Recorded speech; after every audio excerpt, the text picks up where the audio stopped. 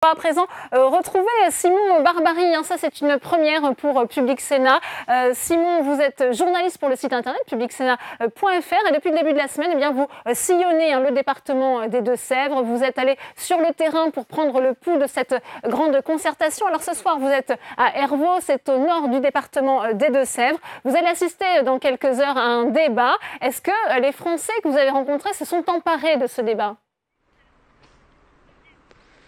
Alors, je pense qu'on pourrait décomposer les populations qui participent à ces débats en trois catégories.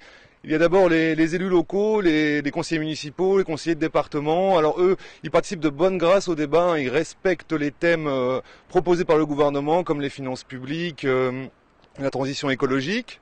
Après, il y a une deuxième catégorie qui est bien représentée, c'est les retraités. Eux, ils parlent vraiment de leur pouvoir d'achat, de leurs problèmes, comme par exemple les transports, parce qu'ici c'est un département très rural, il n'y a pas beaucoup de trains, pas beaucoup de lignes de chemin de fer, donc ils sont obligés de prendre la voiture.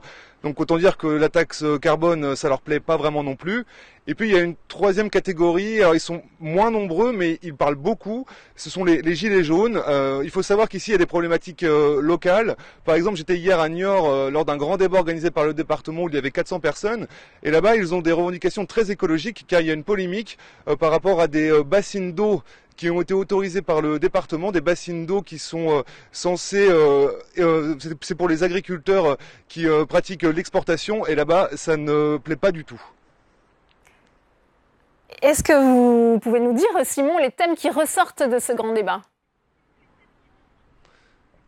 Alors, il y a les institutions, il faut dire que les élus n'ont pas bonne presse, ils considèrent qu'ils ont trop de privilèges, qu'ils ont trop de retraites, qu'ils ne travaillent pas assez. Une personne disait que le président de l'Assemblée nationale s'arrangeait pour faire voter les réformes impopulaires la nuit en catimini.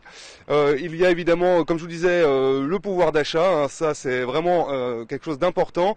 Et puis surtout, il rappelle que s'ils participent à ce grand débat, c'est grâce aux Gilets jaunes. Et il regrette que les thèmes proposés par le gouvernement ne concernent pas les gilets jaunes. Il y avait une personne hier à Niort qui disait « Là, vous me parlez des échelons administratifs, vous dites faut-il supprimer les échelons administratifs ?» Il disait « Mais moi, ça m'intéresse pas du tout. Moi, ce qui m'intéresse, c'est de parler de la souffrance des gens. » Donc, ce que je peux dire, c'est que c'est vraiment un sentiment d'oubli qu'il y a ici, une fracture territoriale. Merci beaucoup Simon, et votre travail est à voir sur notre site internet et la page Facebook aussi de Public Sénat.